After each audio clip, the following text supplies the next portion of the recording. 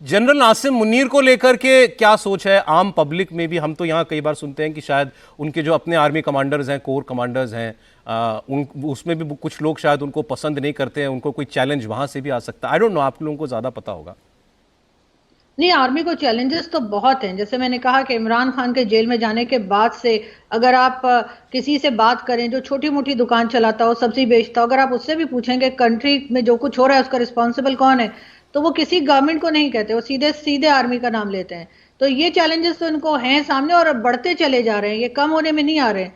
लोगों के अंदर जो गुस्सा है, जो जो एक तरह की अरे क्या फ्रस्ट्रेशन है, क्या वो लोग ये बाहर आ कहते रही हैं है। कि इस सबका जिम्मेदार सीधे सीधे जनरल नासिम मुनीर है? नहीं, वो तो नाम तो कोई नहीं लेता है, लेकिन ये जरूर है कि जाहिर है आर्मी को रिस्पॉन्सिबल ठहराते हैं। और आप क्या चाह रहे हैं कि मैं यहाँ बोलूं ताकि कल मैं भी दिखाई ना दूं? नहीं नहीं नहीं, बिल्कुल नहीं। हमारी शुभकामनाएं आपके साथ हैं, बेस्ट विशेष आपके भाई मुझसे आपके बुलवाए ना, साथ है। मुझसे नहीं नहीं, इसीलिए बुलवाए। बड़ा सोच के बात करनी पड़ती है आरजू से, क्योंकि इनको भी नहीं पता चलता कि कभी ये कुछ ऐसी चीज बता दें जिससे हंगामा हो जाए। लेकिन बहुत बहुत मुश्किल हालात में आरजू बहुत अच्छा काम करती हैं, उनकी जितनी प्रेज की जाए उतनी कम है। मैं जनरल शर्मा से पूछूं तो जनरल शर्मा, इन हालात में भी कोई भी आर्मी होती है या कोई सरकार होती है, उसे अगर किसी चीज का डर होता है तो जनता के लोगों के गुस्से का डर होता है। कोई अकाउंटेबिलिटी नहीं है पाकिस्तान में वहां के लीडर्स की और आर्मी की। सौरभ देखिए, ये जो पहले से ही एक पाकिस्तान में चलता आया है, जो जिया के टाइम से दौर चलता आया है मिलिट्री रूलर्स का, तो वो ट्रिपल एम पे चलता आया है। मिलिट्री, मुल्ला और मस्जिद, इस नाम पे ही चलते आया है। आपने देखा होगा कि जो पॉलिटिकल गवर्नमेंट जब भी आती है तो सिर्फ पंजाब का सोचती है और पंजाब के अलावा उनके लिए और कोई मतलब नहीं होता। इसीलिए आपने देखा होगा जो बाहर वाले इलाके जितने भी, चाहे बलूच है, चाहे पख्तूनवा है, चाहे पीओ के हैं और चाहे वो सिंध है, हर एक के बीच में एक डिसेंट है। और पाकिस्तान आर्मी जो है वो वहां की जो एक राजा बन के रही हुई है। जिस पॉलिटिकल डिस्पेंसेशन ने भी आवाज उठाने की कोशिश की तो उसने उसकी गवर्नमेंट को गिरा दिया और मार्शल लॉ कर दिया। तो मैं ये कहता हूं, ये हमने किस्से देखे हैं पिछले से, जिया से लेकर मुशर्रफ तक के, और ये सारे किस्से होते आए हैं। तो पाकिस्तान आर्मी जो एक इसमें अपने आप में एक ऐसी इतनी मजबूत बन गई हुई है, ये एक मैं कहूंगा इनके पास में सिर्फ एक सेल्फ इंटरेस्ट है। वो तो पब्लिक का भी इंटरेस्ट में नहीं सोचते। वो उनके पास में एक कॉरपोरेट वर्ल्ड बना हुआ है। उनका जब एक लेफ्टिनेंट जनरल रिटायर होता है तो उसको 50 एकड़ जमीन मिलती है। जब चीफ रिटायर होता है 75 एकड़ होता है। जो बाकी लोग रिटायर होते हैं, जो पीओजेके के साथ में या बॉर्डर के साथ में, उनको मुफ्त की जमीनें मिलती हैं। तो इनकी अपनी फैक्ट्रियां हैं, इनके अपने जो एंटरप्राइजेस हैं। और आपने देखा होगा सबसे ज्यादा अमीर जो भी आवाम का पैसा लूटा जाता है या गवर्नमेंट का भी पैसा लूटा जाता है, सारा पाकिस्तान आर्मी को स्ट्रेंथ किया जाता है, जैसे जी सर, कि जी सर। जनरल वोर ने भी बताया फ्यूडल। तो मैं ये कहूंगा कि जो पाकिस्तान की आर्मी को अगेंस्ट जाएगा वो जरूर या तो जेल जाएगा या जम एलिमिनेट साहब, मैं हो माफी जाएगा। चाहता हूं, आपको रोका। आपने बिल्कुल ठीक कहा सर, बिल्कुल ठीक कहा। वो लॉर्ड्स, राजाओं की तरह ही वहां बिहेव करते हैं। एक फाइनल कमेंट जी मस्तिक खान साहब के पास ही मैं आ रहा था। ये जो अभी आर्मी चीफ जी है, देखें, इसके बारे में आपकी क्या अंडरस्टैंडिंग है, क्या सेंस है, ये कैसा आदमी है?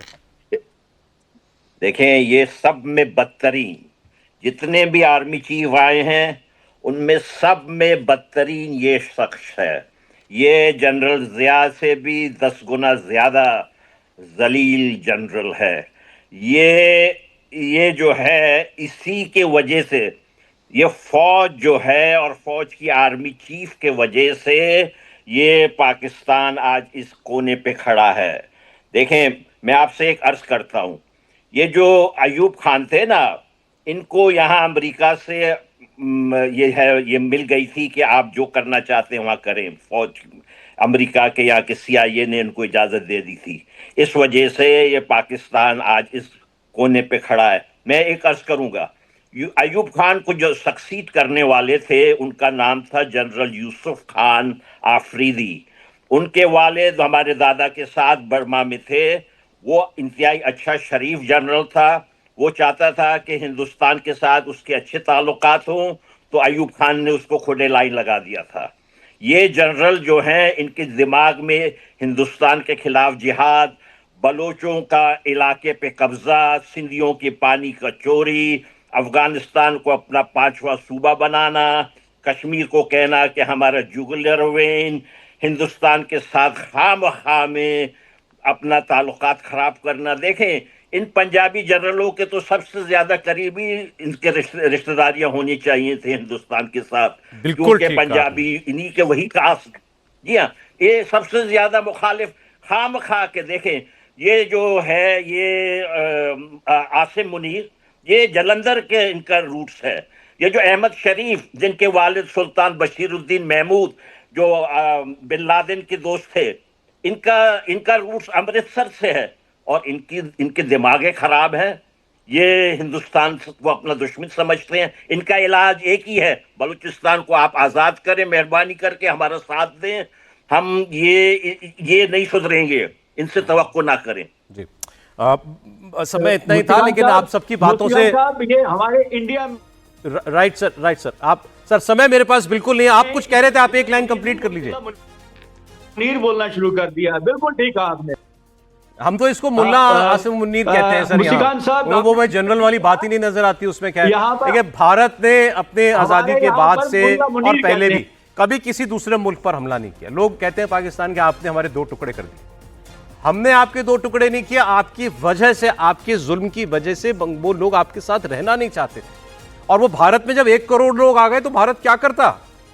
फिर भारत को मजबूरी में उनका साथ देना पड़ा। लेकिन कभी पाकिस्तान के खिलाफ बदनीयत से देखा हो या सोचा हो किसी ने, ऐसा नहीं है हिंदुस्तान में कोई। लेकिन फिर भी बिल्कुल सही कहा मस्तिकान साहब ने। जाने क्या दिमाग में फितूर बैठा है कि हिंदुस्तान हमारा और हिंदुस्तानी हमारा दुश्मन है।